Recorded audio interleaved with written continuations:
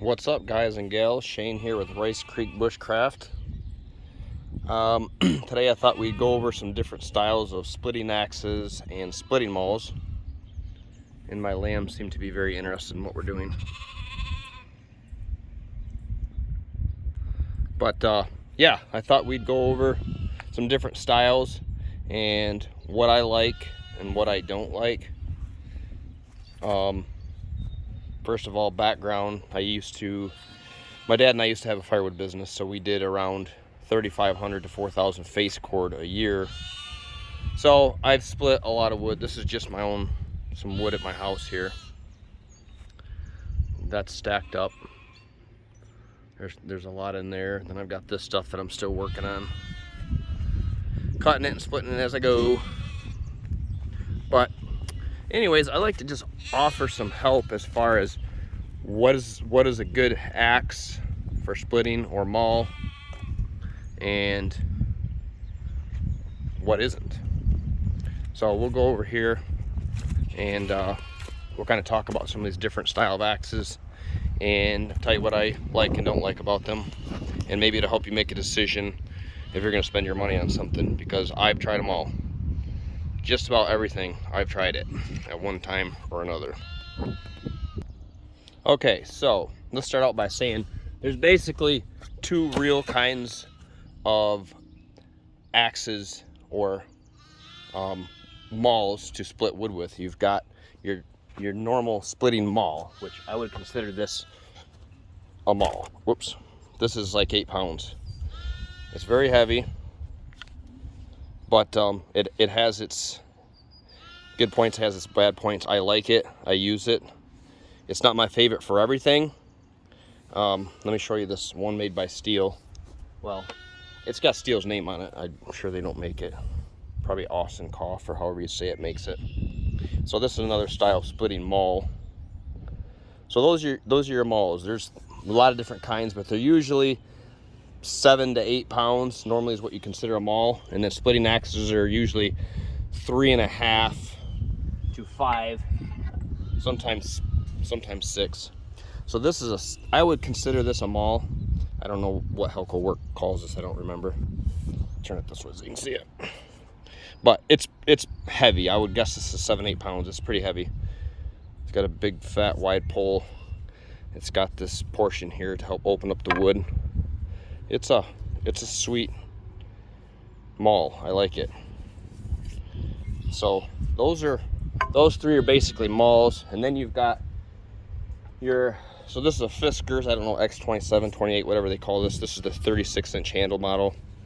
It's just axe head molded into this really tough hand. These handles are tough. I've broken one, and I've had several of these, or I have several. I've only ever broken one, and it was about 20 below, so I don't know if it was just fragile or whatever. But this is more your splitting axe style. Here's another one. This is the same axe, but it's shorter. Obviously, I haven't used this one. My other used one I gave to my dad. This has got a 28-inch handle. I like this. This is one of my favorites. Since they came out with these, I can't remember, a long time ago. Whenever they first came out with them, we'll say 15 years ago, maybe more. I bought one of these and loved it. I think these are 3.5 pounds. Somebody will correct me if I'm wrong, but I think they're 3.5 pounds. They got the right amount of weight for doing certain tasks, and that's what we'll talk about. Got one more. This is a splitting axe made by Husqvarna. This one works pretty good. I like it. It's got a longer, thinner bit, which can lead it to getting stuck sometimes. Some of these guys I just leave out here stuck in the wood. I know you're like, oh, his axe is rusty, but I come out here all the time and split wood. So some of them I keep in the barn. But this has got a nice overstrike protection. This thing's been fine. It's got a flattened pole for hammering wedges, because this is really considered like a forestry axe, but they do designate it as a splitting axe. I like this one. So you've got your axes and your mauls, and then you've also got your old school traditional double bit, which these are fine for splitting too. And we're gonna get into more detail about what I would split with this. This is one I hung myself. It's an old Kelly tool. Just kind of Made the handle cool looking, sanded it down and stained it. But this is a beast. I love this. Sticks really nice. So let's talk about which style you might want, or which is more preferable for certain types of splitting. So if you're splitting nice, clean stuff like this red maple, pretty straight grain, you know, red maple, or people call it soft maple, is going to split relatively easy. I would suggest something like this with a 28-inch handle, lighter. You can swing it faster and you can bust these open, okay? And I'll do a couple demonstrations of how easy it is to split with one of these. Now, you take your big monster 8-pound maul. Will this do it? Yeah, it'll do it, but it's kind of like, you know, this is, you get into a situation where for this type of wood, this is just overkill. It's just, you don't need to lift 8 pounds every time and pick this thing up off the ground to split easier straight grain wood. Now, if I was gonna split something like this, see, these are all knots, pin knots, all this stuff. There was a sucker growing off from the other side. This is white oak. I'm not saying white oak is super hard to split, but it is when it's knotty. So that, in this instance, I would probably choose, you know, a maul style. I'd probably choose this because you need that extra weight to bust through this. Where you take the smaller, lighter axe, it's gonna wanna bounce more and stick more and not really bust it open. It's kind of like thinking about throwing a golf ball, which we'll pretend the maul is a golf ball, into a snowbank and see how much penetration you get. How deep does it go? And then take a ping pong ball and throw that as hard as you can and see which one goes in further. Obviously the golf ball, okay? But the ping pong ball has its place on a ping pong table, just like this smaller, lighter axe has its place, you know, in your collection of splitting tools. I have a lot. I probably have more than this. This is what I had, I could grab easily. So if you're gonna split big, heavy, knotty, gnarly stuff, I would suggest more of a splitting style maul. And this Fiskars, see if I still have the name on it. Yeah, I guess I should. I don't remember what they call it, but it's got the ISO Pro or ISO Core Fiskars Pro handle. This is a great option for the money. I mean, it's cheaper than something like the Stihl, which personally, I don't like the Stihl. It's way too round of a handle. It's not flat enough on the sides, and it wants to, when you hit, it wants to spin. And I don't really care for it. It's not I barely used it, as you can tell. These have a much thinner profile on the sides. And I like, if you look, I can wrap my hand up. I like the thinness of this. So those work really nice. But if you were to buy a maul, I would suggest this. It's got a lot of mass back here, a lot of weight, but then if you look at the profile, it is definitely concave and designed for splitting. You know, it's got a nice thin bit at the very front, at the edge. So this works really well, and I like this for splitting. So what we'll do is I'll just demonstrate which one of these would be good for what, and hopefully that'll help you guys out. So I'll get the camera set up and we'll get going. Okay, so we're gonna start out splitting this knotty piece of white oak with this lighter Fiskars axe. But here's a pro tip, guys. I see guys do this all the time on videos. If you have a piece of wood that's bigger in the bottom, okay, that's usually was growing towards the butt, all right? And if you have all of these pin knots, do not try to split it this way. Do not. Flip it over. Flip it over. You see this piece of wood, how it comes down, and watch this. It flares out here, okay? And you got all those knots. Oh man, that thing's heavy. That is gonna be super hard to split. Don't make it any harder on yourself by trying to split something with knots here, let me set this camera up. Okay? If you have knots up in this portion, okay, it's gonna be much harder to split from this end. So flip it over. So now our knots are down here. So now I can start to break into this piece of wood more easily and force the wedging action of my maul or axe to open up the knots at the bottom. Don't split with your knots the side you're splitting. Put them at the bottom, put them at the ground. Okay, so what I'm gonna demonstrate, I'm gonna use this little axe and kind of show you how it works on this type of wood. So personally, I would not use this to split this piece of wood, but I'm gonna do it for demonstration purposes.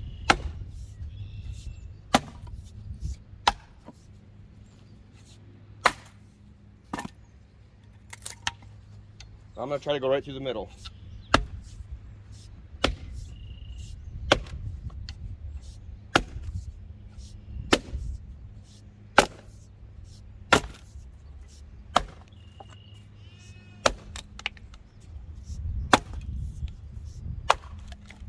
Okay, you see what I mean? I'm struggling a little bit.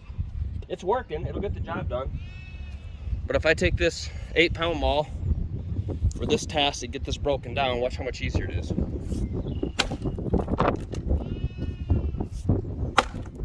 Gotta hit the same spot though, that's the trick.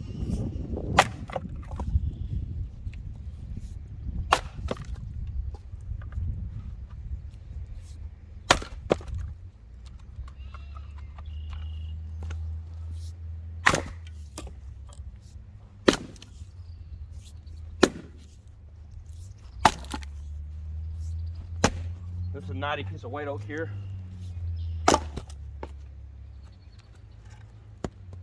No problem with that big one. So that's what I would use that big maul for. But when we're looking to split something like we talked about, a lot easier, it's not real knotty, and maple usually splits pretty easily. The small one's more preferable because I have a lot more power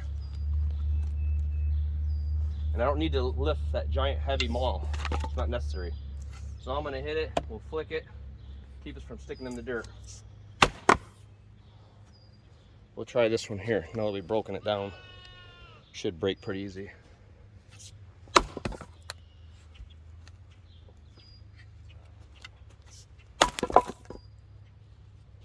So let's try some of these others. We saw those two work.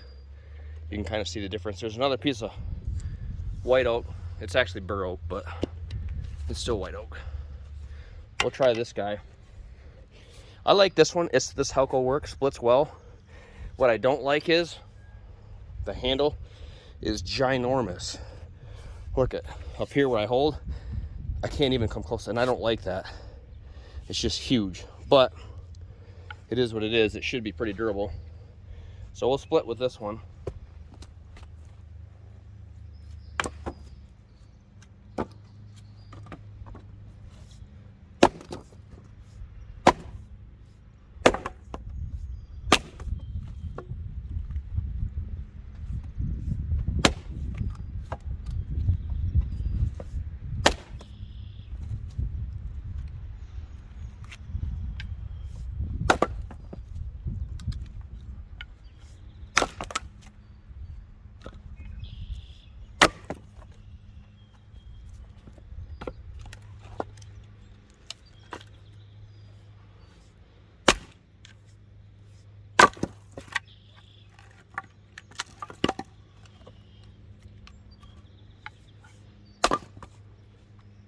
So you can see that one does a fine job.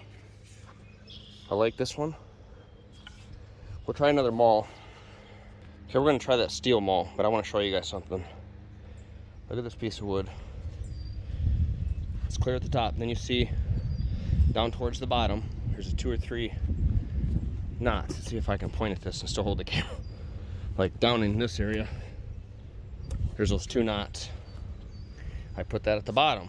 I can split this. If I flip it over and try to split it, I'm gonna struggle. It's gonna be like hitting a piece of concrete, and your maul's gonna bounce and bounce and bounce and not stick and not split. If you're finding that happening, flip your wood over. Always flip your wood. Just flip your wood. So we're gonna try this Stihl maul. Not my favorite. It rolls on me, but I'll show you how it does.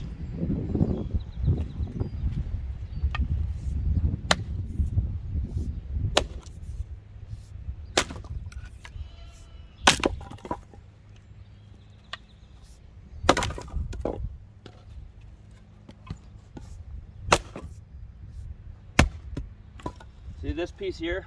Check this out. Let me show you. This is oak, so you see the knots. They're all over this piece. That makes a piece of wood very tough to split.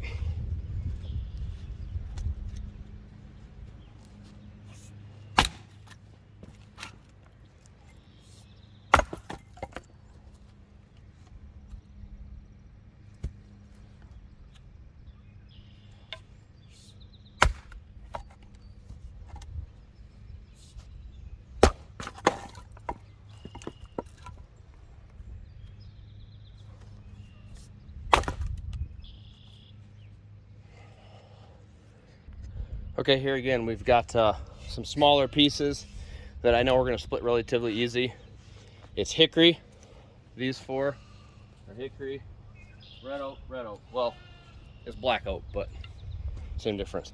So I'll show you why this is more ideal. It's fast, it's light, and I don't have to lift an 8-pound tool every time.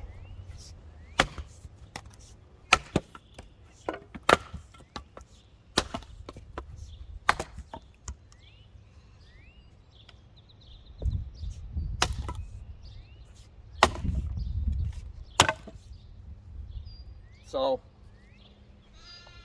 that's the benefit to something small. Nice, clean, straight grain wood without a bunch of knots. You want something 3.5 pounds-ish. Works great. 28-inch handle is what I like. But if you got bigger, heavy-duty wood, then you need something like this. 8 pounds, 7, 8 pounds, 9 pounds to bust it open. Anyways, hopefully that helped. If you have any questions, feel free to ask. Yeah, just trying to help some people. See a lot of different info out there on different types of axes. They're all good in mauls and they all work, but some are just ideally suited to certain parts of the job than others, or certain types of wood. So yeah, if you have any questions, let me know. Hope you have a great Sunday. God bless. See ya.